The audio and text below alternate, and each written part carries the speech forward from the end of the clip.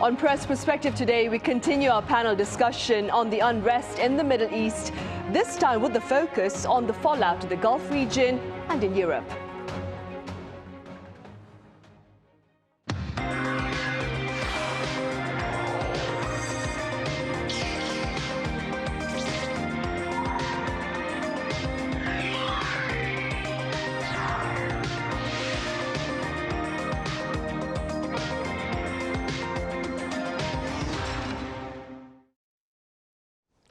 Hello and welcome to Wednesday's edition of Press Perspective. It's March 11th here in Seoul and I'm in Sun-hee.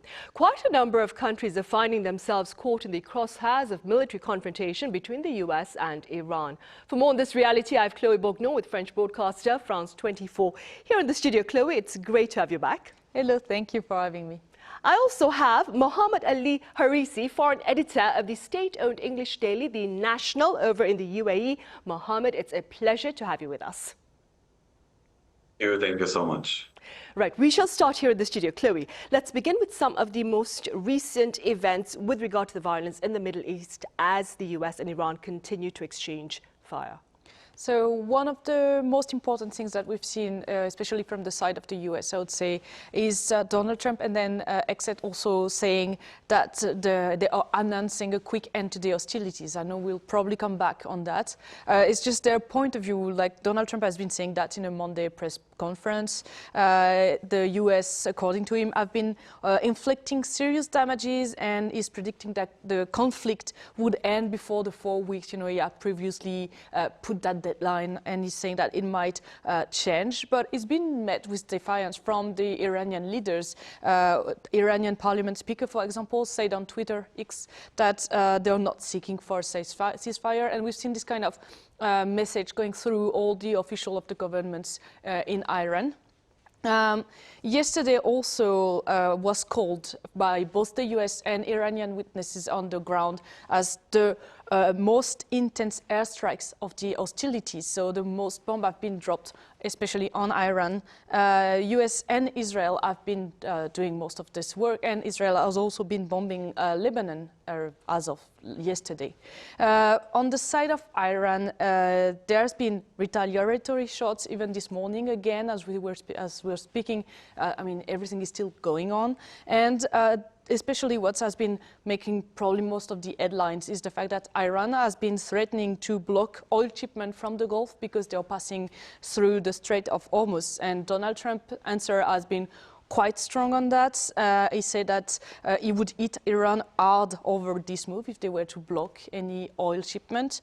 And Donald Trump has also announced that Iranian ships, inactive mainline ships, vessels, have been bombed. He said 10 of them have been destroyed because, according to him, he's been calling Iran to make sure that there's no mine and that they're not mining the straits because there has been a discussion about that and that possibility of mines being deployed in the Strait of Hormuz. Right, to further disrupt energy supplies across the globe, of course. Mohamad, the UAE has been drawn into this latest conflict as Iran lashes out at Gulf nations as part of its retaliation against the US and Israel. What's the current situation there in the UAE like? It has sustained massive attacks since the first hours of the war. Surprisingly, it is the country that has been targeted mostly by Iran more than any other country in the Gulf or even Israel. So far, there have been around 1,470 drone attacks and 270 missile attacks. Most of these have been intercepted, of course, but it has been shocking to see a country like the UAE calling for a settlement with Iran to get under this scale of attack. 11 days later, people are starting to adapt a little bit and absorb the shock. The government has assured that it has all the means to defend the country against the drones and against the missiles. And they have repeatedly said that there is a large stockpile of food. It's true that from my own observation, I drive between Dubai and Abu Dhabi every day, and I have to say that there are less cars on the highway, there are less people on the street, there are less people in the mall, but life continues with precautions. Right. And speaking about the response to the events in the Middle East, Chloe, what can you tell us about the response from Europe, including, of course, France? Yeah, so let's start with France, because France is the current leader of the G7, and they are going to have a meeting with the video conference with the leaders of the G7 today. So that will be at 3 p.m. in France, so 11 p.m. for us in South Korea.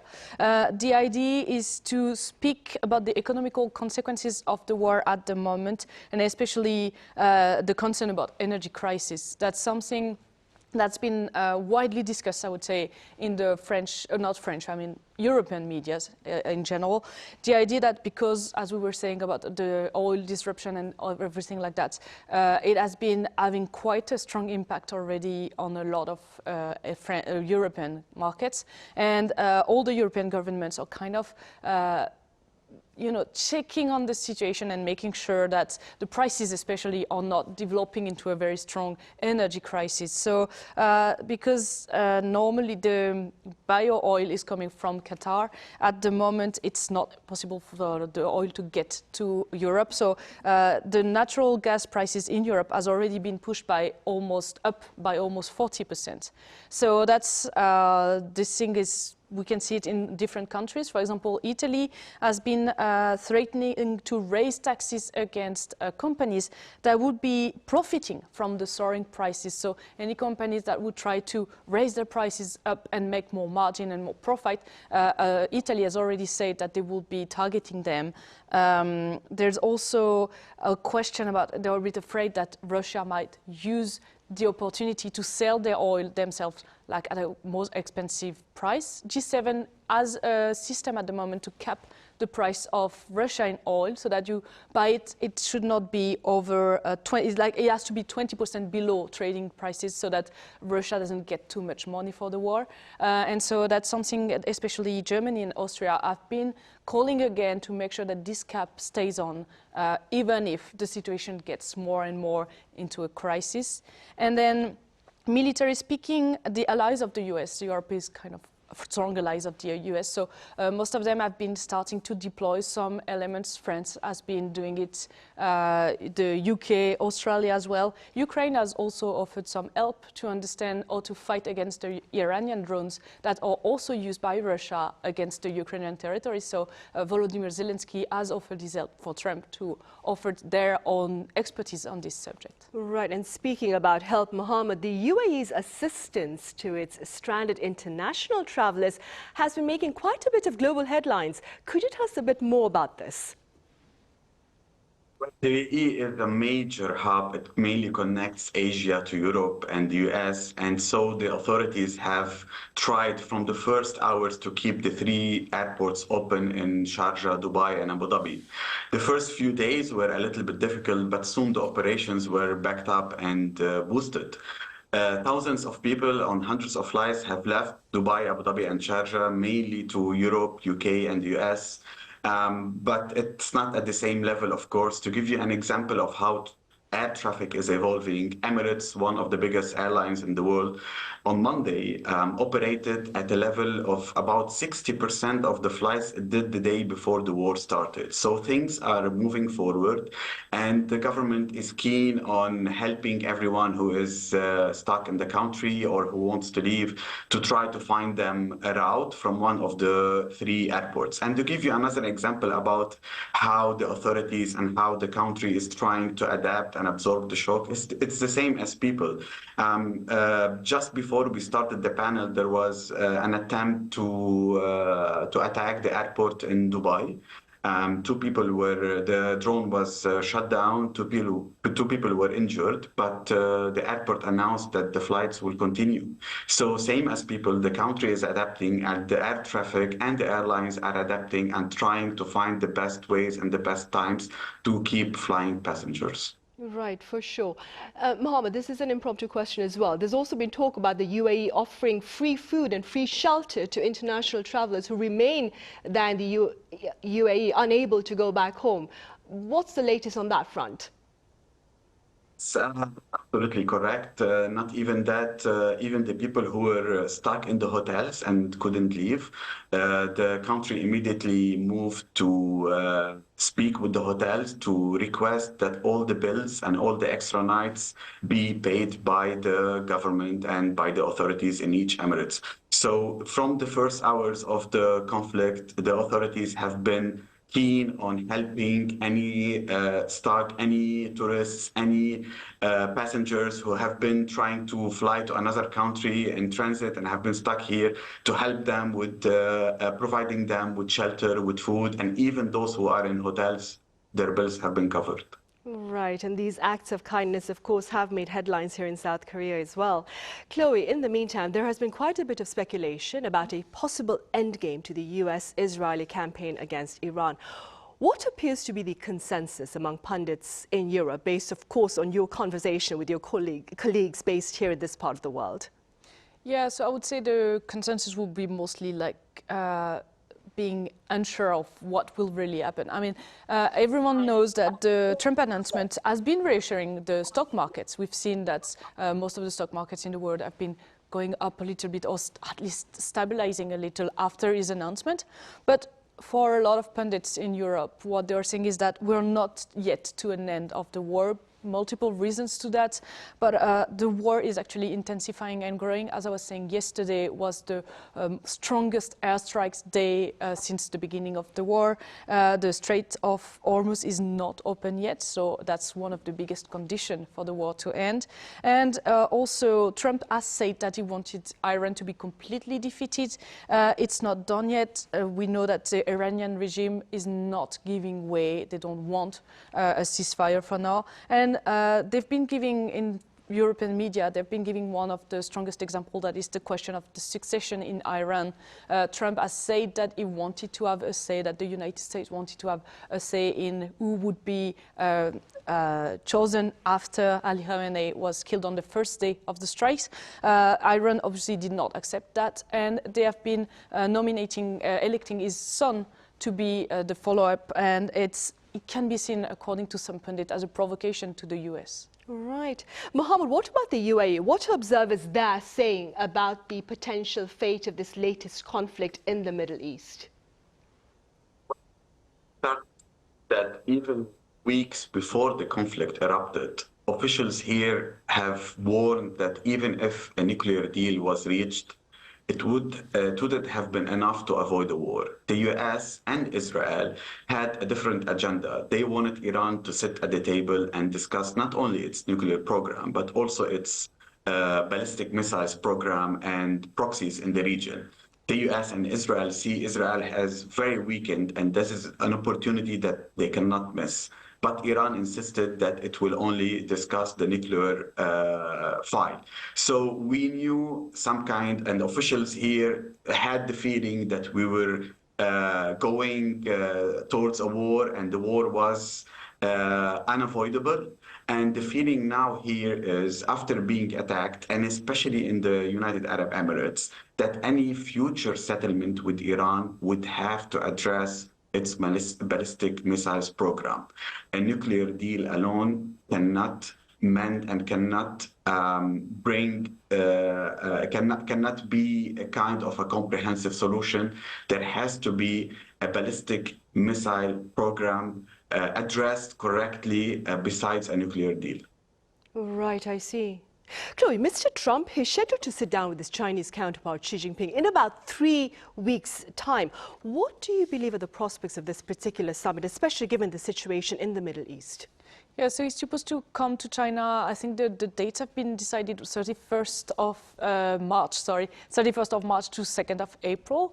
So it's interesting to see how China has been keeping the door open and has been saying again that they are willing for Donald Trump to come and have top like leader-to-leader conversation. It was something that was touched upon during the APEC summit here in South Korea, and we were waiting to see when Donald Trump would be invited. So obviously it's kind of a very hard time to be invited to China, because Venezuela and Iran were two of the biggest oil suppliers for China. We know also that China has been positioning itself a lot recently in the global world order as the global South country protector, also as the protector of anyone who will be in an anti-US stance. So they had to kind of condemn those actions. So I'm speaking about Venezuela, but I'm also speaking obviously about the attacks on Iran recently. But we know that because of this meeting that's going to happen, they had to kind of slow down and maybe tone down a little bit the reproach they could do to the US. So they could not attack the US too frontally because the two leaders still want to meet. So what can we expect on their meeting is a bit difficult to know. Will China show some anger towards the United States? Would that be done through the leader of China, Xi Jinping, directly to Donald Trump? Will it be done more in a more global diplomatic position so that they don't have to go face to face and confront about it? Because they also have quite a lot of other issues that they want to discuss. We know that obviously world trade was planned to be on the agenda, is still very much at the heart of the relationship between the two countries. We could also maybe expect some discussion about Taiwan issues as well. And for all of that, China needs to keep the door open for the United States. And that's what they've been saying recently, is that they really want the dialogue to still go on and keep happening. Right, to make sure that communication channels remain open. Meanwhile, Mohammed, Reuters claims that Gulf businesses are being disrupted by Iran. Do you suppose they're preparing for a prolonged disruption of operations? Look, we've seen many wars in the Middle East, but this is completely different. This will have major consequences, not only on people's lives, but also on global economy.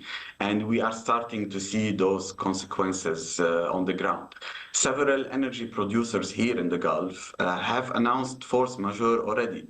Qatar Energy, which provides around 20% of the world's LNG, said even if the war stops now, it will need weeks to go back to the same level of production that it used to do before the war.